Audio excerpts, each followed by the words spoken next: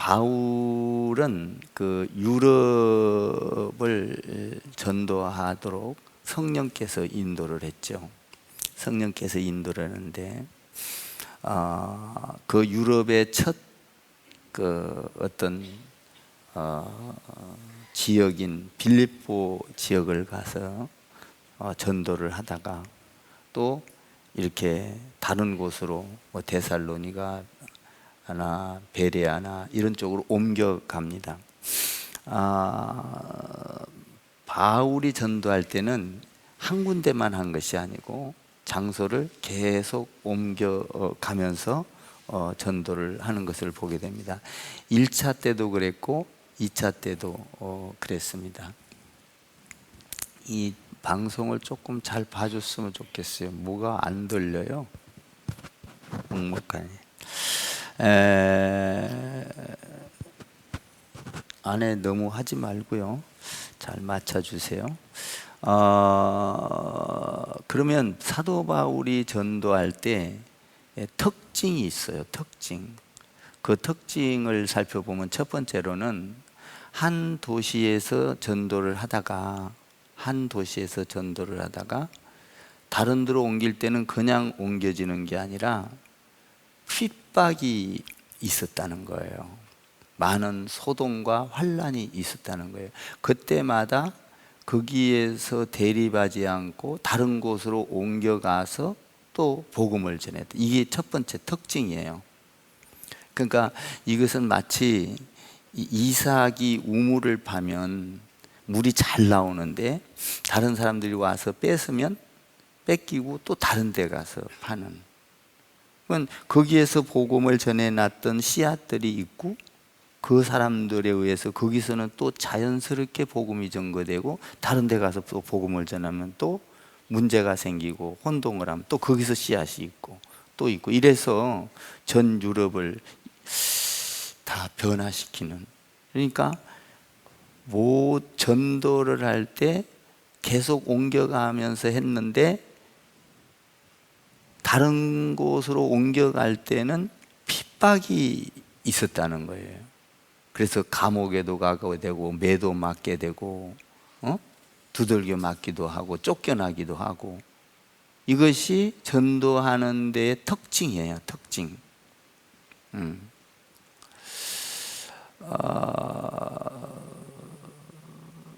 거기 이 5절을 보면 5절에도 역시 이렇게 계속 핍박이 있었다라는 것이죠. 그래서 계속 옮겨가요. 13절에서도 보면은 이렇게 핍박이 있었고, 이것이 특징이에요. 근데 그럴 때마다 옮겨가서 계속 복음을 중지하지 않고 전했다라는 것이 특징이고, 두 번째 전도하는 데의 특징인 것은 익숙한 데 가서 했다는 거예요. 낯설은 곳이 아니었다는 거예요. 어떤 곳이 익숙한 곳일까요? 바울에게는 가서 움직이면은 다른 곳인데 어떤 곳이 익숙하냐면 바울에게는 첫째로 기도처가 익숙했을 거예요. 기도하는 곳. 그래서 옮겨갈 때마다 처를 찾아서 기도했다는 거예요. 그리고 또 익숙한 곳이 어디예요? 회당이라는 것은 우리가 이제 일청에도 회당과 같은 교회를 만들기 위해서 이방인도 오고 우리 예수 믿는 사람들도 오고 목사님들도 오고 누구나 다 올 수 있는 곳, 그것이 유대인들이 가장 많이 모여서 있었던 곳. 안식일을 그때 당시에는 안식일을 지킨다고 해가지고, 지금 주일하고는 좀 다르죠. 예수님이 오시고 나서는 율법주의자들이 모였던 곳이죠. 그런데 그 회당에서 많이 생활을 했던 바울이에요. 그러니까 자기에게는 낯설지 않는 것이죠. 기도처와 회당, 이런 곳을 먼저 찾아가서 기도하고 그곳에서 복음을 전했다라는 것이죠. 그러니까 우리가 복음을 전할 때는 항상 익숙한 곳, 멀리 가려고 생각하지 말고 가족부터, 오늘 가족들이 이렇게 오신 줄 압니다. 가족부터 이웃부터 이렇게 익숙한 곳, 자기 아파트부터. 그러니까 우리가 그 익숙한 곳에서 전도를 하는 것이 굉장히 중요하다는 거예요. 그러니까 여러분들이 익숙한 곳에서, 이렇게 동네도, 우리 동네가 익숙하잖아요. 저 오산이나 수원이나 이런 데로 가면은 좀 낯설잖아요. 이 우리 동네, 여기에는 아주 익숙한 곳인데, 이것이 특징이었다라는 거예요. 근데 그래서 무작정 아무데나 막 가서 전하는 것이 아니라, 자기가 아주 익숙하고 어려서부터 생활했던 그 기도처와 그 회당, 이런 곳에서 전했다라는 것이죠. 그리고 세 번째로 또 특징이 뭐냐면,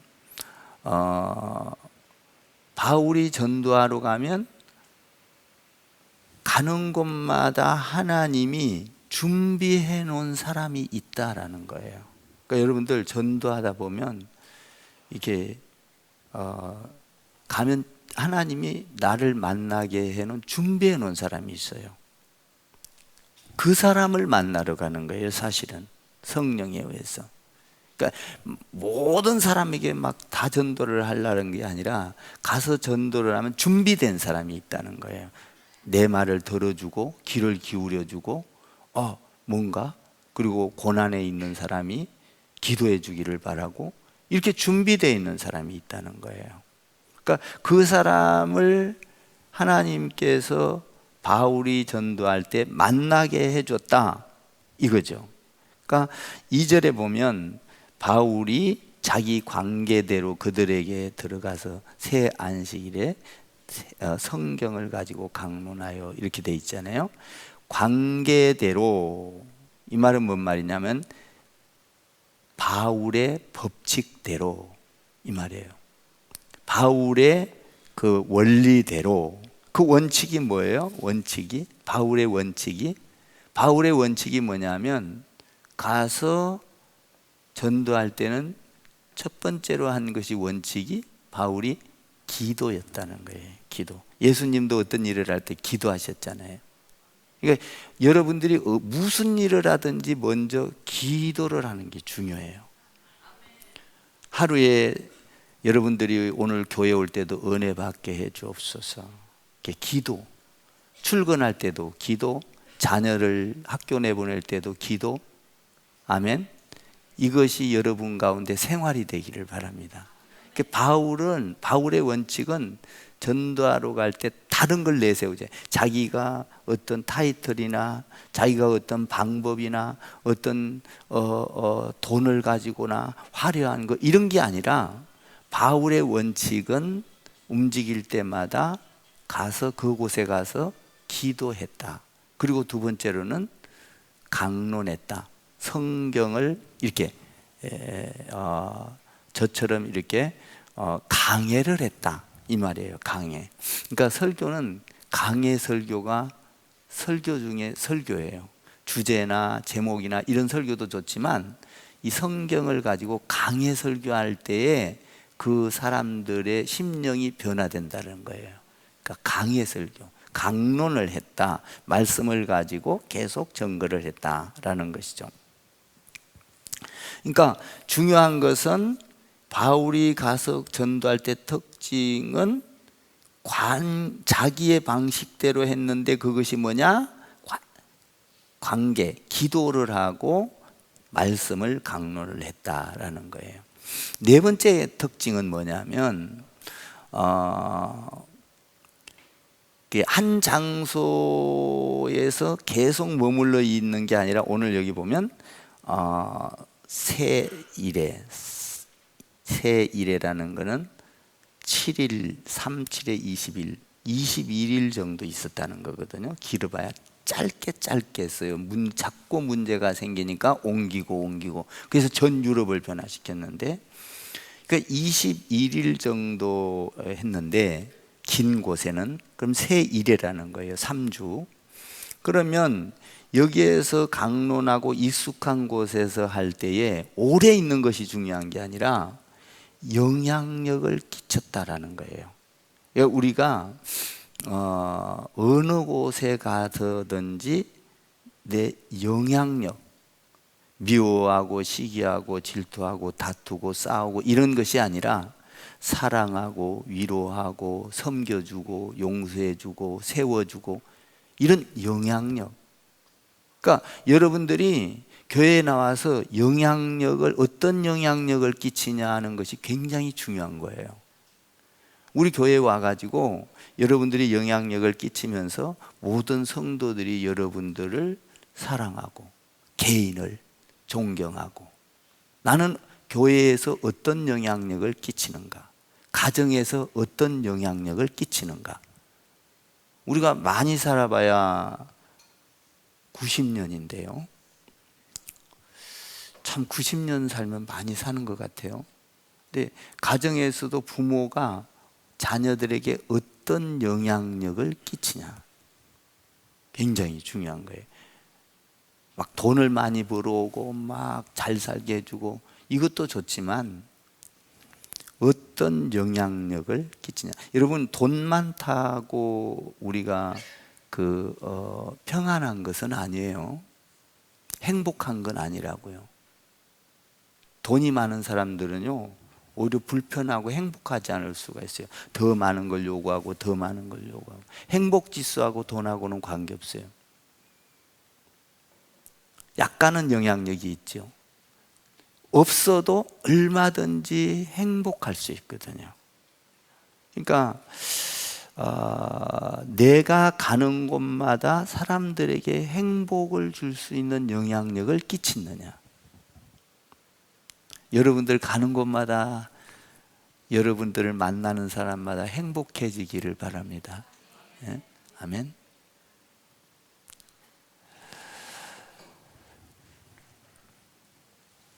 나만 행복한 게 아니라 나는 행복한 사람이다 라는 것이 아니라 나도 행복한 사람이 돼야 되는 거예요. 다른 사람들과 함께 나는 행복한 사람은 나만 행복한 거잖아요. 나도 행복한 사람이 돼야 된다. 여러분들 만나는 사람마다 행복을 주고, 할렐루야, 자녀들에게도 행복을 주고, 남편에게도 아내가 행복을 주고, 아멘 좀 해봐요. 아내가 남편에게도 행복을 주고, 아멘. 어떤 내가 내 위치에서 영이 됐네요. 됐어요. 이제 소리가 감사해요. 아주 설교를 못 하겠는데 이 소리가 안 나오면 자꾸 잊어먹거든요. 그래서 내가 어떤 영향력을 가지고 내 주위를 행복하게 하느냐, 이 사람이 성공한 사람이에요. 예수 그리스도로 말미암아 여러분들이 나도 행복하고 남도 행복하게 만드는 여러분 되기를 주님의 이름으로 축원합니다. 그러니까 이 바울은 내가 가서 오래 있냐 짧게 있냐가 문제가 아니라 가서 어떤 영향력을 끼쳤냐, 많은 열매를 맺고 예수를 믿게 하고 행복을 주고 그리고 비전을 주고 구원을 주고 좋은 소식을 전하고, 이런 영향력, 어떤 영향력을 가지냐, 결정적인 영향력을 주었다라는 거예요. 바울은 이 전도의 특징을 보면은 이 바울이 핍박을 받을 때마다 떠나갔고 익숙한 곳에서 복음을 전했고, 그리고 가서 어떤 영향력을 줬는가? 그러니까 바울이 가는 곳마다 영향력을 줘서 유럽 전체를 변화시키는 것이죠. 그러니까 여러분들이 우리 크리스찬 교회에 오면 좋은 영향력, 선한 영향력, 사랑의 영향력, 어떤 사람들은 만나는 사람마다 시기하고 질투하고 나쁜 영향을 끼치는 사람이 있잖아요. 근데 우리는 바울처럼 좋은 영향력을 끼치는, 가정에서도 자녀들에게도 부부간에도, 할렐루야, 부부간에도. 제가 오늘 우리 황순자 권사님 이렇게 오시는 부부가 우리 남 집사님하고 오는데 참 연세가 들어갔고 둘이 이렇게 손잡고 이렇게 걸어오는 걸 보니 너무 부러워요. 예? 그리고 아름답고, 우리가 젊은이가 연애할 때도 보면 아름답잖아요. 예? 이게 이제 이거는 이제 자녀들을 결혼시킬 나이가 돼 보면 알아요. 자기 자녀가 연애를 하는 모습을 보면 이쁘고 아름답고 그러듯이, 이거 젊은이들이 연애하고 이런 걸 보면, 사랑하고 이런 걸 보면 너무 아름다워요. 근데 노년에도요, 저렇게 다 오래오래 사시면서 백년해를 하면서 이렇게 다정하게 이렇게 서로 의지하고, 너무나 아름답고 존경스러워요. 예? 영향력, 이게 우리에게도 그런, 그냥 교회 걸어오는 것만 봐도 우리에게 좋은 영향력을 주는 거예요. 아, 나도 나이 들어서 저렇게 행복하게 교회에 와야 되겠구나, 뭐 이런 영향력인 것이죠. 제가 너무나 오늘 아침에 이렇게 오다가 감동을 받았어요. 야, 멋있다. 야, 존경할 만하다. 예? 옆에다가 뭐 우리 사랑합니다. 예. 나는 좋은 영향력을 끼치는 사람이 되겠습니다. 한번 해보세요. 예. 이게 중요해요. 저도 이제 일평생 살면서 우리 자녀들에게, 또 제가 살면서 이런 이야기 하기는 뭐하지만, 내가 아내에게도 좋은, 행복하게 해주려고 목회를 하면서도 수없는 노력을 했어요. 정말로 뼈를 깎는 노력을 했어요. 나를 만나서 행복해야지, 우리 자녀들도 나를, 아빠를 만남으로 행복해야지. 그래서 저는 자녀들 기를 때도 그랬고, 어릴 때부터 거기에 목회를 하면서도 포커스를 많이 맞췄어요. 나를 만난 자는 다 행복하고, 아빠를 기억할 때 우리를 위해서 희생하고 사랑하고 도와줬던 분으로 길이 남기를 원하는 것이죠. 목회도 마찬가지예요. 교회에도 성도들한테, 나는, 내가 항상 하는 얘기지만, 나 이 세상 떠날 때 우리 성도들이 전체가 울어주는 목사, 그 목사 잘 갔어. 이러면 곤란하잖아요. 우리 목사님 정말 우리를 위해서 사랑하고 존경하고 교회를 위해서 희생하고, 울어주는 성도들이 많을 때, 할렐루야. 이 중요한 거죠. 영향력. 바울은 이런 영향력을 잘 끼치는, 이런 이 전도할 때 그런 특징이 있었다는 거예요. 근데 그런 특징을 가지고 전도할 때 그가 결정적인 영향력을 두 가지를 끼친 게 있어요. 결정적인 영향력.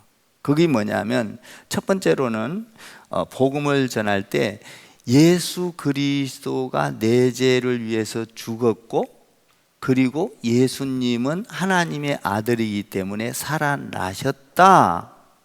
그러니까 죽음과 부활에 대해서 이야기를 했다는 거예요. 바울이 이야기하려면 얼마나 많아요. 자기가 훌륭하고 많이 학식을 가지고 유대인 중에 유대인 얼마나 많습니까? 학자 중에 학자요. 그런데 그런 거 다 배설물로 여겨버리고 가서 결정적으로 많은 사람들에게 전체 유럽을 변화시키고 미국을 변화시키고, 지금 우리 이 전 세계를 변화시키는 결정적인 이유가 뭐냐면, 그 영향력이 예수님은 우리의 죄를 위해서 죽으시고 부활하셨다라는 거예요. 이거 외에는 전한 게 없어요. 가서 그러니까 자기가 모든 것을 어떤 곳에 가든지 가가지고 전하는 것이 뭐냐면, 예수님은 하나님의 아들입니다. 그분은 우리를 위해서 죽으셨습니다. 우리 죄를 위해서 십자가상에서 우리의 모든 죄를 청산하셨습니다. 그분은 그리고 하나님의 아들로서 살아나셨습니다. 이걸 전했대요. 두 번째 영향력은 뭐냐면 예수 그리스도는 메시아입니다. 그러니까 말하자면 구원해 줍니다. 3절을 한번 읽어봐요. 3절을 한번 여러분들 읽어봐요. 시작. 뜻을 풀어 그리스도가 해를 받고 죽은 자 가운데서 다시 살아나야 할 것을 증언하고 이르되 내가 너희에게 전하는 이 예수가 곧 그리스도라 하니.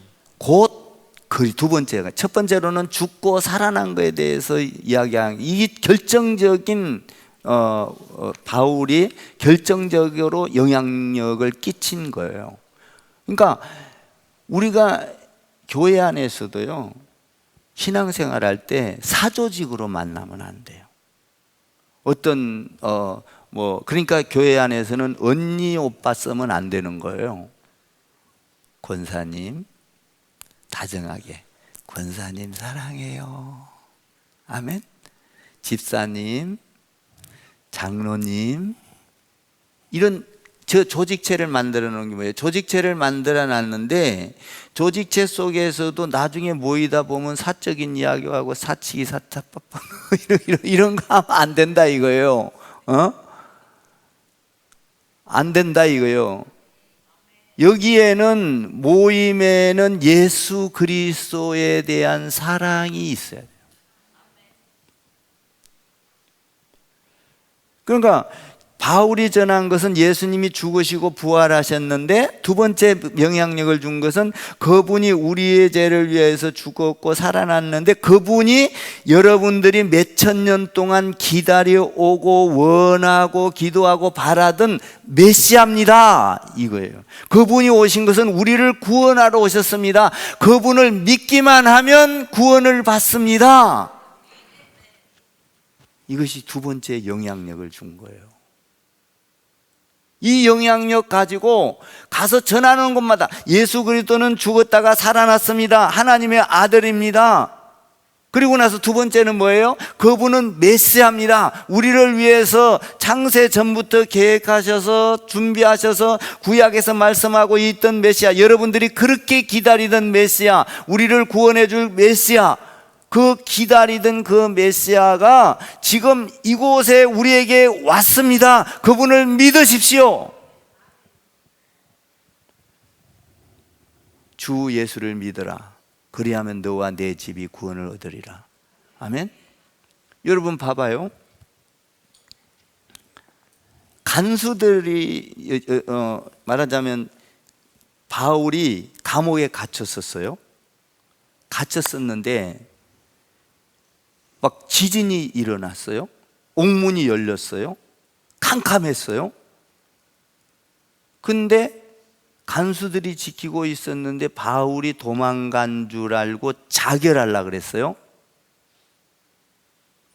근데 여기서 바울이, 여러분 전도라는 거는요, 논리적으로 말을 한다고 전도가 되는 게 아니에요.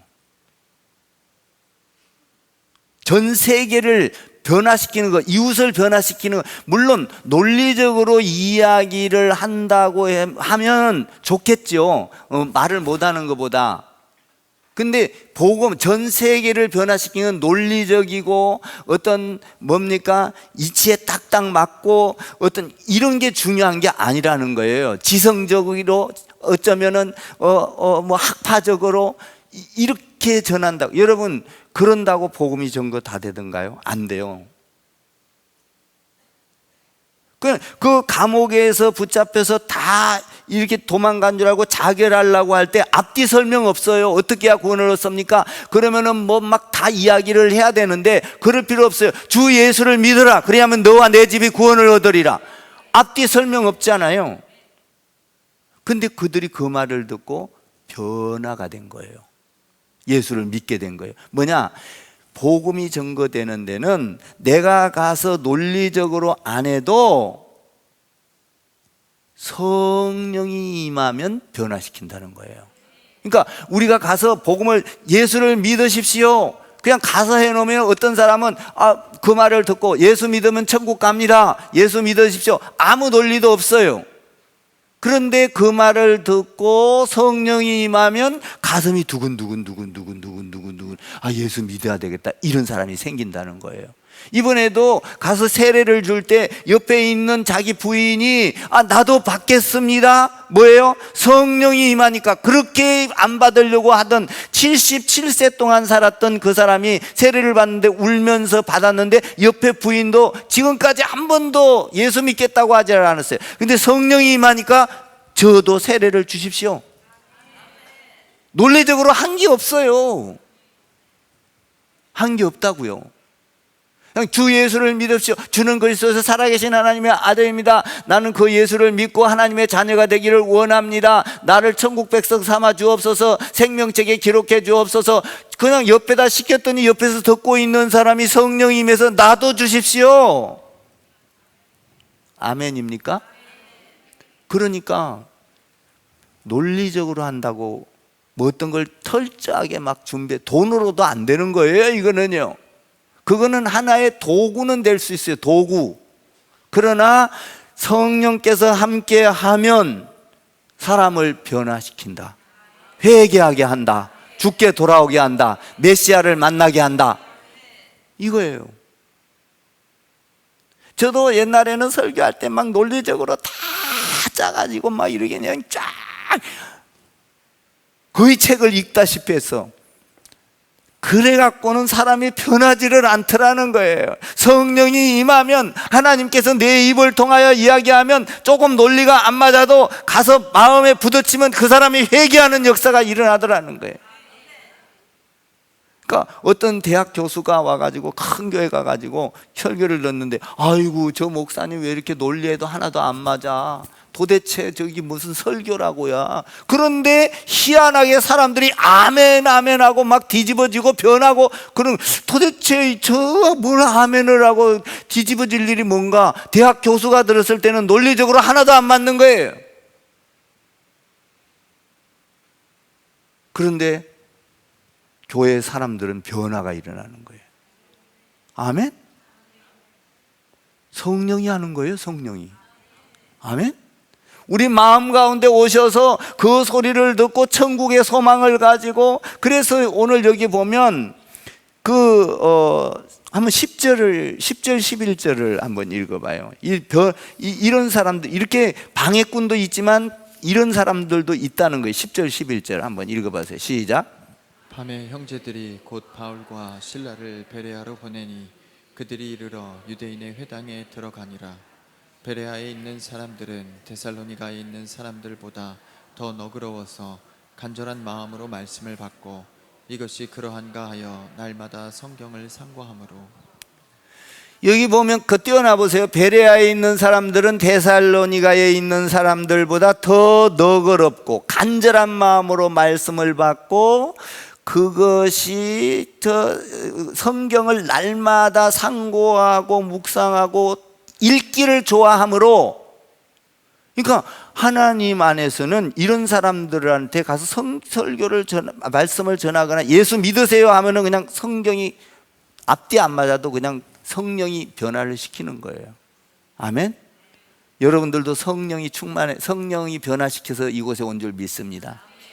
내가 온 것 같지만 그렇지 않아요. 내가 오늘 엄마가 가져가니까, 아빠가 가져가니까, 아니면 친구가 가져가니까 이리 온 것 같지만 그렇지 않아요. 그 사람의 입술을 통하여 성령이 여러분들의 마음에 들어와서 마음이 동했고 움직여졌고, 오늘 와서 주 예수를 믿으면 구원을 얻는구나, 이 메시지를 듣게 된 거예요. 이 메시지를 들으면 메시아를 만난 것이죠. 나의 삶의 문제가 해결되는 것이죠. 나의 죽음의 문제가 해결되는 것이죠. 영원한 천국의 문제가 해결되는 것이죠. 지옥의 문제가 해결되는 것이죠. 그래서 가장 큰 축복을 받고 돌아가는, 그러니까 24년도를 마무리하면서 우리는 어떻게 해야 되는가? 이 정치적으로 얼마나 혼란스럽습니까? 국가적으로 세계의 신임을 못 받고 말이지. 우리는 지금 전부 다, 국민들은 전부 다 마음이 전부 다 괴롭고 힘들고, 앞으로 25년도에 경제적으로 어려울 그 미래를 보면서 얼마나 괴롭습니까? 뉴스를 들을 때마다 가슴이 콩당거리고, 야, 어떻게 돌아갈 것인가? 우리나라가 어떻게 변할 것인가? 세계에서 어떻게 인정을 받고 수출은 어떻게 할 것인가? 우리의 경제사정, 인프라는 어떻게 좋아질 것인가? 어둡지 않습니까? 그러나 우리는 24년도에는 어려운 과정을 마치지만 하나님께서 25년도에 더 좋은 패러다임을 바꿔주실 줄 믿습니다. 빨리 나라가, 오늘도 기도했지만 오늘 빨리 우리나라가 안정이 되고, 첫째로는 정치가 안정이 돼야 되고, 아멘. 그래야 경제가 안정이 되고, 또 군사가 중요하죠. 군사가. 여러분, 이런 어두운 틈을 타서 뭡니까? 북한에서 어떤 도발적인 행동을 할까봐, 미국에서는 항상, 우리하고는 항상 동행한다, 민주주의로서 철저하게 우리는 하나다, 계속 메시지를 내보내는 게 뭐예요? 우리나라가 그만큼 불안하다 이 말이에요.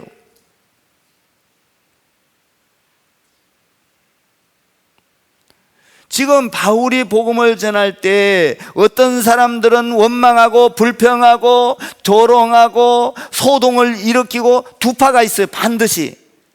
여러분, 복음을 전할 때는 좋아하는 사람이 있고 반대하는 사람이 있어요. 항상. 국가에도 마찬가지예요. 야당이 있으면 여당이 있어요.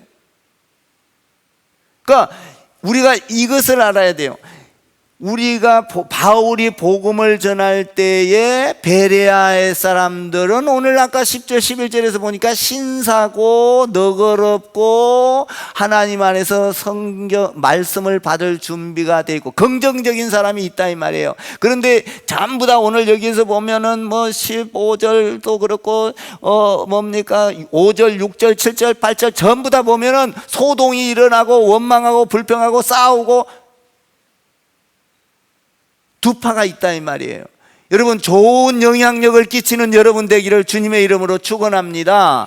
여러분, 우리가 일생을 보내는 데 있어서 여러분, 마귀가 좋아하는 것을 우리가 좋아하고 일생을 보내고 불평적이고 원망하고 사랑도 안 하고 용서도 안 하고 그러면서 일생을 보냈다면 그것이야말로 억울한 삶이요. 그러나 우리가 주님을 위해서 하나님에서 선한 영향력으로 고통을 받고 희생을 하고 어떤 가운데에서 우리가 좋은 영향력을 끼치기 위해서 주님 때문에 고통을 받았다면 그 결과는 영광으로 변할 줄 믿습니다. 이렇게 다른 거예요. 우리가 24년도를 보내고 25년도를 맞이하면서도 어떻게 해야 되느냐? 우리가 예수님을 위해서 고통을 받는 것은 영광이요. 아멘. 그러나 우리가 마귀를 좋아하고 마귀 편에 서서 시기하고 질투하고 전부 다 마귀가 하는 짓 아니에요? 이렇게 살아간다면 그것은 결과는 허무한 것이고 결과는 망한 것이고 결과는 영광이 올 수 없다는 거예요. 영광이 올 수 없다는 거예요.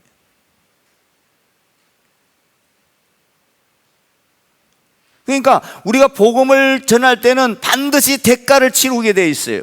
희생의 대가, 아픔의 대가, 고통의 대가. 잘 들으세요. 우리가 복음을 전할 때 그냥 복음이 전거되는 게 아니에요. 내 돈을 내놔서 대가죠. 치러야 되는. 예수님이 십자가의 대가를 치러요. 그러면 복음을 전할 때 오늘 바울도 고통을 주고 소동을 하고 이 대가를 치르는 거거든요. 그런데 우리가 세상을 위하여 대가를 치르고 마귀를 위하여 대가를 치르고 내 잘못으로 시기하고 질투하고 싸우고 다투면서 대가를 치른다면 그것은 우리에게 크나큰 억울한 걸로 남는 것이고 정말로 나한테 사망으로 남는 것인데, 예수를 위해서 대가를 치르고 여러분들이 이 복음을 위해서 대가를 치르고 고통을 당했다면 그것은 여러분들에게 영원한 영광으로 남게 되는 줄 믿으시기 바랍니다. 그러니까 우리가 어떤 대가를 치르냐 이 말이에요. 나는 여러분들이 주위의 사람들을 복음으로 행복하게 해주는 대가를 치르는, 할렐루야. 이 대가를 치를 때 하늘나라에 가면 영원한 영광의 자리에 앉게 되는 것입니다. 할렐루야. 바울이 그 복음을 위해서 대가를 치렀을 때 오늘 우리가 그 대가의 열매인 거예요.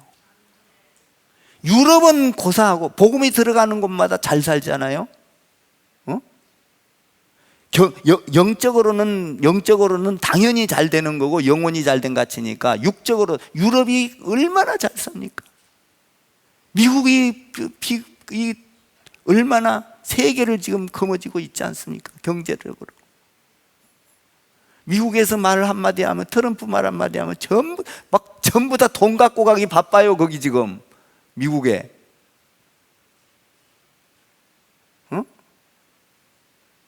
그 돈이 우리나라로 다 몰려올 줄 믿습니다. 우리나라 예수 잘 믿잖아요. 아멘. 우리가 기도해야 돼요. 아멘. 여러분들이 편한 데 와서 기도해야 돼요. 여러분들이 복음을 전해야 돼요. 그러면 하나님께서 영혼이 잘된 같이 범사가 잘되고 어떤 대가를 치르든지 간에 하나님께서 영광으로 바꿔주실 줄 믿습니다. 영광으로 바꿔주실 줄 믿습니다. 여러분들이 영광의 사람들이 다 되기를 주님의 이름으로 축원을 드립니다.